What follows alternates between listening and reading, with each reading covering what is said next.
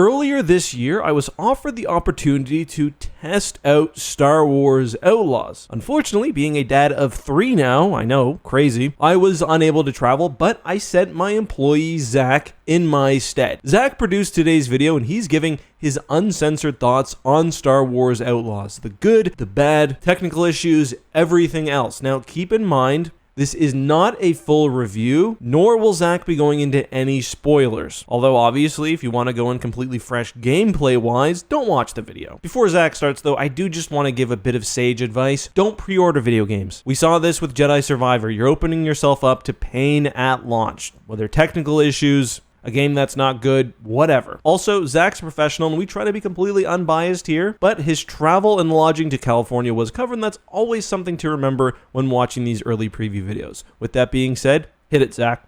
Earlier this month, I traveled to Los Angeles to play about 3.5 hours of Star Wars Outlaws, and I'm really excited to finally be able to share what I experienced. I'm going to reiterate what Ek just said. Do not pre-order this game based solely on my video or any others you see of Star Wars Outlaws until the game comes out. This is not a review, it's just a preview. And yes, Ubisoft covered our travel, but we were not paid to make this video. Any opinions about the game are my own, and we'll get into that very soon because I think, like many others, Ubisoft's association made me a little nervous at first. The early gameplay footage looked like it had potential to me, but knowing Ubisoft's past with these demos and how scripted they can look, I was a little uneasy. This is also all of my own recorded gameplay footage from my session, so everything you're seeing during this video was from my gameplay demo. And we're not really going to talk too much about story outside of information that's already publicly available. So let's actually start with my thoughts before I actually played the game, and I will say I was cautiously optimistic. The game that they were talking about wanting to make was exactly what I have been wanting from a Star Wars game for years, and thought we were going to be getting it with Project Ragtag only for it to be cancelled. Although there was still the uncertainty of what to expect from an open world Ubisoft game, especially for me. I dropped off the Assassin's Creed series after Black Flag and haven't purchased a Ubisoft game at launch since The Division. But there are a few gems in their back catalog. The Crew is my preferred racing game, and I loved Prince of Persia: The Lost Crown, so I was really hoping that Outlaws would be another standout title. The first issue a lot of fans had with the game right from the jump is the fact that you can't create your own character. This was something I really didn't take issue with though, and the characters they've created for us to play are really great. Kay Vess and Nyx are comparable to other duos in gaming such as Jack and Daxter or even Cal Kestis and BD1. When speaking with the developers, I asked specifically what drove them to do this. They explained how Nyx came from a gameplay necessity to give the player more reach in the game world while keeping Kay a grounded scoundrel. The two of them work together in a story sense, but more importantly in a gameplay sense. Kay and Nyx are fully fleshed out when the game begins, and that ties into the characters new and old that you're going to be meeting throughout the game, and most likely who they'll interact with in the future, and it'll also affect you, the player, along with the gameplay decisions you make, and that's exactly what we're going to be talking about next, the gameplay. One of the key factors of Star Wars Outlaws is that it is the scoundrel fantasy for Star Wars fans. This is a game that first and foremost was designed to make you feel like Han Solo in several ways. You have no special abilities or superpowers, just your blaster, Nyx, and whatever else you can find around you at that moment. Now this brings us to an issue a lot of fans had with the game right from the beginning. You just have this one blaster, no massive armory, but that isn't the kind of game this is. The gameplay and combat mostly revolves around stealth and outthinking your enemies instead of trying to shoot your way through every situation, although you do find yourselves in moments like this pretty often. You die very quickly if you're just out in the open, so stealth is pretty necessary in order to get through most situations, making the overall gameplay feel more like Splinter Cell than something like Uncharted. I experimented with a few different more aggressive playstyles and didn't find as much success with this, although one of the other creators at the event let me know that it is in fact possible. The enemy AI is shockingly responsive. If they catch even the smallest glimpse of you, they'll investigate the whole area, which really took me off guard how smart they are. It actually kind of frustrated me initially just because I'm not used to enemies in games being that responsive. I'm used to them just having their cone of vision that I can easily see and avoid being seen by them. It's not like other games where the enemies will look around a 5-foot radius of where they think they saw you and then give up like 10 10 seconds later, and this resulted in quite a few deaths. The blaster does feel really incredible to use though. It kills most enemies in a few shots, but it does alert all enemies in the area that you're there, and with stealth being the best way to get through most situations of the game, the blaster becomes more of a tool to use during the worst case scenario. You also have the ability to stun enemies with your blaster, and you may wonder, why would I want to do that? Well, for one, it's silent, and for two, it takes out most enemies in one hit, but it has a very long cooldown, making it better suited for an enemy who's maybe about to see you or already sees you and shooting them before they can alert the rest of the enemies in the area. The enemies can also activate alarms in certain areas, which can alert the entire facility or at least that room that you are there. This can get pretty irritating at times, and there are a few segments of the game where if an alarm is raised, it results in a mission failure. The main cities themselves and the faction strongholds within them resist you from being able to use your blaster, which can feel a little bit annoying at times. It creates this weird rift within yourself where you want to enjoy playing a chaotic open world game, but it's clashing with the fact that everything you do has to fit into the main story and ultimately the larger Star Wars continuity. Some of the checkpoints on missions were also a little annoying. It felt like I was going through long stretches of the game dying and then having to repeat at least like 5 to 10 minutes of gameplay all over again. That's just a really minor issue though, and I was experimenting around a lot, so I was dying more frequently than I normally would. But this did highlight something I really like about the game, that being its limited heads-up display. The game doesn't really hold your hand. You have a compass that gives you a general sense of where you need to go, but there isn't a highlighted path for you to follow. Most of the screen is taken up by the game world, which is really cool. I'm glad that they did stuff like that. I also really like how they handle unlocking new abilities in the skill tree. Instead of accumulating some kind of currency like unlock points, you instead naturally unlock the abilities by performing certain actions in the game. You'll figure out the conditions for certain unlocks, and then you can just kind of do them as you go and progressively get better. It's almost as if Kay is advancing as a character and she's learning these techniques as she's going. It's a small detail, but it's something that I really did like. One thing I do have to mention is that there were a fair bit of bugs during my playthrough. I was assured that this was a pre-build of the game and not the final version. However, after the launch of Jedi Survivor, I do feel like it is necessary to acknowledge that there were certain technical issues with the game. Now, outside of the actual combat, we also have the different factions in the game. One of the things I was really hoping they would do well is the reputation system. We saw a little bit about this in the most recent gameplay demo. The basic idea of it is that you will have different reputations with different factions, and I expected this to be a very artificial system, but it's pretty in-depth actually. For example, if you break into a faction stronghold and they catch you and throw you out, you lose reputation with them consistently. So if you just keep doing that, you will just have the worst reputation with each faction and make the game much harder for yourself. There's a specific item in the game that you have to get, and you're told that 2 different factions have it. One of them you have a better reputation with than the other. And when you have a better reputation with a certain faction, they'll just let you walk right in the door. So you're given the option of potentially ruining your reputation with one faction and making the mission super easy for yourself, or sneaking into the faction you have a very negative reputation with already. So it's going to make everybody's gameplay experiences with Outlaws very different. It kind of reminds me of Dishonored, how everybody will have a different story of like how they did certain things, and I think that's been missing from games for a little while. You also have the standard like codex files that you'd find in any other game, but I find the ones in Outlaws to be a little bit more interesting. For example, there was one I found in a stronghold that let me know the outcome of a rigged race, and you could go to the betting pool and put money on that race if you wanted to. That was kind of where I was getting the Red Dead Redemption feel for it. The world feels very lived in. If you walk around, you can hear conversations that different people are having, stormtroopers yelling at civilians. It's pretty cool if you're just looking to walk around a Star Wars themed world. And this includes includes random events that happens in the world. I was just riding my speeder from one mission to the next and just intercepted a frequency about an Imperial shipment that was stolen and went out of my way to go find it. Elements like that are going to add a lot to this game, and I can really tell, but that brings me to something more negative, I have to say. The speeder bike does not feel right to me. I don't know what it is. It's the sense of speed, maybe it's just the controls feeling a little too floaty. I'm not entirely sure. I heard other people had better experiences on the speeder bike than me, maybe they unlocked something that I didn't, but it just didn't feel correct to me quite yet. On the positive side of the gameplay, I think Nyx is very cool to control. It really helps out to have that extra assistance in the game when you need to shut off an alarm or maybe distract a guard, to have your secondary character always there to be able to get involved in the action. As far as the mission variety goes, we only played a few different missions, but a lot of them did feel quite the same. I'm assuming that's just early game stuff, but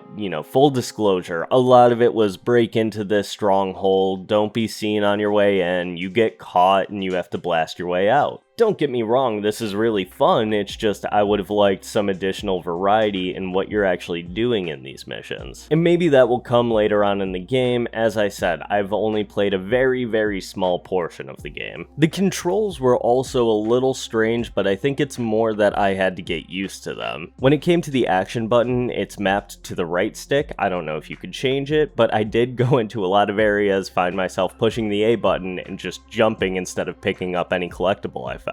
Like I said though, not a positive or a negative, it's just something different in the game and something that players probably are going to have to get used to. There were just a lot of situations where I would be in the middle of the battle, take out an enemy, run in to grab his blaster, and just find myself jumping in the middle of fire. That's another thing I do want to talk about. While this game does not have a large armory for you to carry around at all times, most of your enemies will drop their weapons and you can fire them until they're empty, which I think is a really cool detail. It gives you a little bit more variety and power when it comes to taking out enemies, but it does have its disadvantages, only being able to fire for a limited amount of time. You also can't take them with you outside of certain areas. There would be points where I would find something like a sniper rifle, be really excited to use it, and realize I've killed every enemy in that area and I'm gonna drop it as soon as I go through a ventilation shaft. The game also does have original ways to do certain things that I found quite tedious in a lot of other games. For example, lockpicking in this game is a rhythm game that doesn't have an on-screen prompt for it. You can turn on an on-screen prompt in the accessibility options, but I was really enjoying being able to experience a new lockpicking minigame instead of the standard Fallout formula. There's also computer terminals you can hack into with a Wordle minigame, and I really liked that they were really experimenting with different techniques instead of just doing the same thing as other games. The last thing I want to talk about, and probably the thing I was the most excited and scared about, is the space combat. Now, space and flight combat isn't only my favorite thing about Star Wars, but also one of my favorite genres of games to enjoy. I really love Rogue Squadron and Star Wars Squadrons, and I'm a big fan of Elite Dangerous. So going into this game, I had very high expectations for what I expected their space combat to be, but I wanted to be more realistic about it since it's only a portion of a much larger game. As far as the controls, it feels much more like Battlefront 2 space combat than anything else that we've seen recently. This game is not trying to feel like a starship simulator though. This is just arcade combat in Star Wars, and that's totally fine. But in conclusion, overall, what did I think about my time with the game?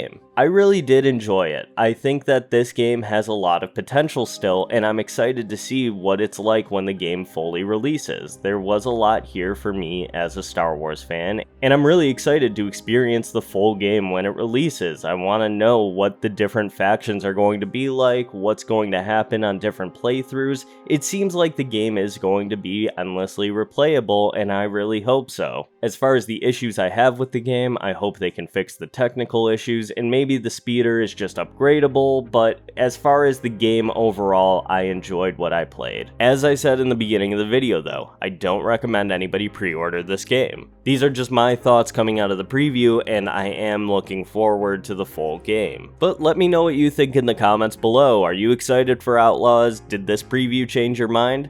Let us know.